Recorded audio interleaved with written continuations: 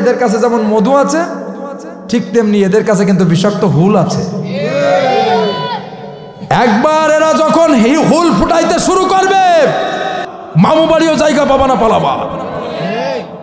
দেখেন না পিপিলিকার পাখা গজায় মরিবার তরে, উই যখন পাখা গজায় উই পোকা, ওই গুড়ি চেনেন, তখন কিন্তু তার সাথে সাথেই মারা যায়। ওই বৃষ্টির কারণে, আর না হয় কিভাবে মারা যায়? হ্যাঁ, পুড়ে মারা যায়। আমরা মুসলমান, আমাদেরকে আল্লাহ যে উদ্দেশ্যে সৃষ্টি করেছে, মানুষ যে উদ্দেশ্যে সৃষ্টি করছে, পাখা গজানো যাবে না। আল্লাহর সিদ্ধান্তের বাইরে নিজে খেলতে যাওয়া যাবে না। আল্লাহ আপনাকে টাকা দিয়েছে, আল্লাহ আপনাকে ক্ষমতা দিয়েছে, আল্লাহ আপনাকে চেয়ার দিয়েছে, আল্লাহ আপনার সমস্ত কিছু দিয়েছে, সুন্দরী নারী দিয়েছে, বিশাল কোটি কোটি টাকা দিয়েছে আপনাকে। আল্লাহ দুনিয়ার দাইল আল্লাহ হিসেবে, এটা মানুষের রাহাবার হিসেবে আপনাকে দিয়েছে, যেন আপনি এই টাকাটা মানব কল্যাণে ব্যয় করতে পারেন। এদের কাছে যেমন মধু আছে ঠিক তেমনি এদের কাছে কিন্তু বিষাক্ত হুল আছে। একবার এরা যখন হুল ফুটাইতে শুরু করবে মামু বাড়িও জায়গা পাবা না, পালাবা। জাহান্নাম ছাড়া আর অন্য কোনো জায়গা হবে না। কথা বলেন ঠিক কিনা? ওই সমস্ত ব্যক্তি কপাল পোড়া যারা কোরআন পেয়েও মুখ ফিরিয়ে নেয়। আল্লাহ বলছেন,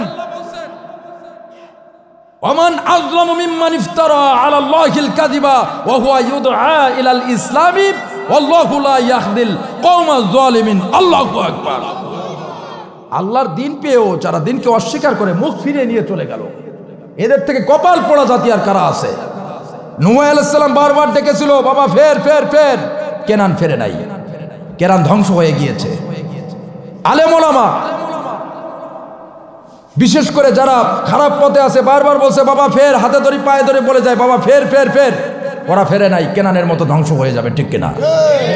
আমার বন্ধুগণ,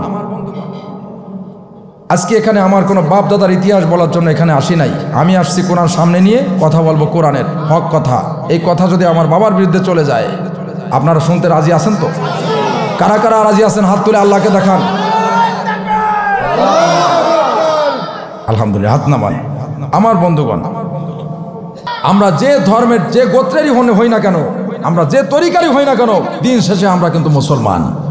ঠিক কিনা? আজকে আমাদের বুঝতে হবে, আমরা সকল মুসলমানের জাতি, আমরা বীরের জাতি। আমরা কখনো কোনো বাতিল শক্তির কাছে মাথা নত করতে পারি না। আমাদের কোরআন, এই কোরআনটা আমাদের সংবিধান, এই কোরআনটা একটা নূর, এই কোরআনটা একটা হেদায়া। আজকের এই মজমাটাকে কেন্দ্র করা হয়েছে, এই কোরআনের মজলিসটাকে কোরআন দিয়ে সাজানো হয়েছে। আজকে আমার নবীকে কোরআনের জন্য মার খেতে হয়েছে। ঠিক কিনা? যে নবীকে এই কোরআনের জন্য মার খেতে হয়েছে, যে নবীর উপরে বাতিল চক্র একের পর এক আমার নবীকে আঘাত করেছে, আমার নবীকে আঘাত করতে করতে রক্তাক্ত করে ফেলেছে, কিন্তু এই জমিনে আমার নবীর অপরাধ ছিল আল্লাহর জমিনে আল্লাহর কোরআনের বিধান বাস্তবায়ন করা, আল্লাহর এই জমিনে আল্লাহর কোরআনের দ্বীনের দাওয়াত দেওয়া, আল্লাহর এই জমিনে বাতিলের বিরুদ্ধে কথা বলা, আল্লাহর এই জমিনে কোরআনের হক প্রচার করা, আল্লাহর এই জমিনে বিশেষ করে সমাজে, পরিবারে, রাষ্ট্রে, সমস্ত জায়গায় কোরআনের সমাজ গঠন করা, কোরআনের দাওয়াত দেওয়া, কোরআন পৌঁছে দেওয়া, ঘরে ঘরে প্রত্যেকটা জায়গায় প্রত্যেকটা স্তরে আল্লাহ পাকের কালাম পৌঁছে দেওয়া। এই ছিল আমার নবীর অপরাধ।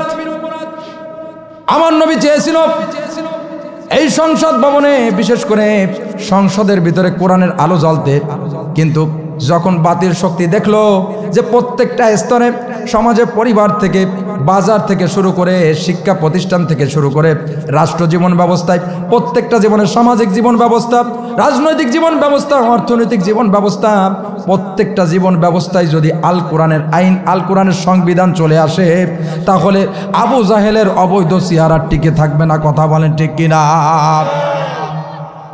এই জন্য কাফেররা আমার নবীর উপরে একের পর এক আমার নবীকে আঘাত করেছে, আঘাত করতে করতে আমার নবীকে বেহুশ করে ফেলেছে। আমার বন্ধুগণ, আমার নবী রক্তাক্ত হয়ে গিয়েছে, আমার নবী রক্তাক্ত হয়ে জমিনের মাঝে পড়ে গিয়েছে, আমার নবীর দান দান মোবারক শহীদ হয়েছে, আমার নবীর মাথায় লোহার হেলমেট ভেঙে আমার নবীর মাথার ভিতরে ঢুকে গিয়েছে। জীবনের শেষ অবধি পর্যন্ত আল্লাহর জমিনে আল্লাহর কোরআনের বিধান বাস্তবায়ন করার জন্য, দিন কায়েমের জন্য চেষ্টা করেছেন। কখনো কোনো বাতিল এবং অপশক্তির কাছে কখনো মাথা নত করে নাই। কথা বলেন ঠিক কিনা? আজকে যে কোরআনের জন্য আমার নবী মায়ের খেল, আজকে আমরা মুসলমানের বাচ্চা হয়ে সেই কোরআন চিনলাম না, সেই কোরআন বুঝলাম না, সেই কোরআন মানলাম না। কথা বলেন ঠিক কিনা? আস্তে করে বলেন তো, কোরআন মানার দরকার আছে না নাই? কোরআন মানার দরকার আছে না নাই? চিল্লায় বলেন, কোরআন মানার দরকার আছে না নাই? যেহেতু কোরআন আমাদের সংবিধান, কোরআন আমাদের সংবিধান, ওরাও সবাই তার বিজয় নিশান। ঠিক কিনা?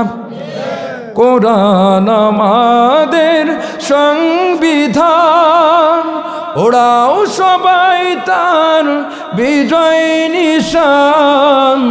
নেতা আমাদের রাসূল আল্লাহ। সকলে জিকির, লা ইলাহা ইল্লাল্লাহ, লা ইলাহা ইল্লাল্লাহ, লা ইলাহা ইল্লাল্লাহ মুহাম্মাদুর রাসূলুল্লাহ।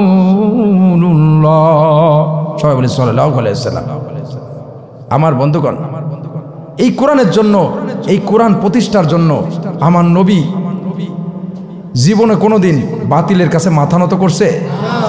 আমার নবী আমার কয়জন ছিল? একজন ছিল না? কিন্তু বাতিল শক্তি কত ছিল? অনেক ছিল না? কিন্তু আমার নবী একজন সঠিক পথে থাকার কারণে, আল্লাহর উপর ভরসা করার কারণে, ঈমান মজবুত রাখার কারণে শুধু সাহাবারা দলে দলে তারা অন্য দল থেকে তারা ইসলামের দলে এসেছে। দেখছে আমার নবীর চরিত্র, আমার নবীর ঈমান, আমার নবীর আকীদা, আমার নবীর আদব, আমার নবীর কথাবার্তা, চাল চলন, সমস্ত কিছু দেখে তারা আমার নবীর কাছে বায়াত হয়েছে। সুবহানাল্লাহ পড়েন। কারণ আমার নবীর চরিত্র তো একটা প্র্যাকটিক্যাল কোরআনের মতো। আমার বন্ধুগণ, এই কোরআনটা এমন একটা কোরআন, এই কোরআন এমন কিতাব যে কোরআন মানুষকে অন্যায় পথ থেকে আলোর পথ দেখায়, সঠিক পথ দেখায়। যে কোরআন মানুষকে সমস্ত স্তরের সমস্ত জায়গায়, যে ব্যক্তি কোরআন অনুযায়ী চলে, এই ব্যক্তি সর্ব অবস্থায় আল্লাহ পাক রব্বুল আলামিন তাকে দুনিয়াতেও কবুল করে, আখিরাতেও কবুল করে। কথা বলেন ঠিক কিনা? আজকে আমি পুলিশের একজন সদস্য, আজকে আমাকে কেন দাওয়াত দিয়েছেন? আমার ভিতরে কোরআন আছে না? বলেন, এই চেয়ারটা কি এত ছোট চেয়ার? বলেন, আজকে এই চেয়ারের কারণে, এই চেয়ারে বসা, এই দেখেন এই চেয়ার আর গানের মঞ্চের চেয়ার কি এক হলো? এই কোরআনের সাথে লাগার কারণে এই চেয়ারটার দাম অনেক বাড়িয়ে দিয়েছে আল্লাহ। আজকের এই রেহালটা, এই সামান্য রেহাল দেখেন, এক টুকরো রেহাল, কাঠের টুকরা। এই কাঠের টুকরা কিন্তু অনেক সময় দেখা যাচ্ছে ল্যাপটিনেও ব্যবহার করে গ্রাম এলাকায়। ঠিক কিনা? আবার চিতায়ও কিন্তু ব্যবহার করে জ্বালানির কাজে। কিন্তু এই কাঠের টুকরা একমাত্র ওই দামি জিনিসকে বহন করার কারণে এই রেহালের দাম হয়েছে। এই রেহালটা জমিনে পড়ে গেল, সাথে সাথে চুমু খাচ্ছেন, বুকে জড়াই নিচ্ছেন। কিসের জন্য? এই কোরআনুল কারিমের জন্য। যেহেতু কোরআন, আল্লাহ বলছে ইন্না হাযাল কুরআন ইয়াহদি লিল্লাতি ইয়াকুম ওয়া ইবাশশিরুল মুমিনিন। কারণ মর্যাদা কার? এই কোরআনের। আবার কোরআনের সামনে একটা টেবিল আসার কারণে, এই টেবিলটা এই কোরআনের সাথে লাগার কারণে টেবিলটাও আজকে দামি। এই টেবিলের উপরে কেউ পাও রাখবে না, অথচ দেখা যায় টেবিলের উপরে অনেকেই পাও রাখে। ঠিক কিনা? আজকে তাহলে আপনারা আশরাফুল মখলুকাত, অত্র এলাকার কিছু আপনাদের দিনদার ভাইয়েরা, ইমানদার ভাইয়েরা, মুখলেস, আমার সম্মানিত বন্ধুগণ, আপনারা কোরআন শ্রবণ করার জন্য এই পঙ্গপালের মতো মৌমাছির মতো মধু আরোহণ করার জন্য আপনারা এসেছেন। তাহলে আপনারা কেন সম্মানিত হবেন না? যত সময় আপনারা এখানে থাকবেন, আল্লাহ পাক রব্বুল আলামিন আপনারা রাস্তায় নিয়ত করেছেন যে এই কোরআনের ময়দানে আসবেন, 500 রাকাত নফল নামাজের সওয়াব আল্লাহ পাক রব্বুল আলামিন নগদের পরে আপনাদের আমলনামায় লিখে দিয়েছেন।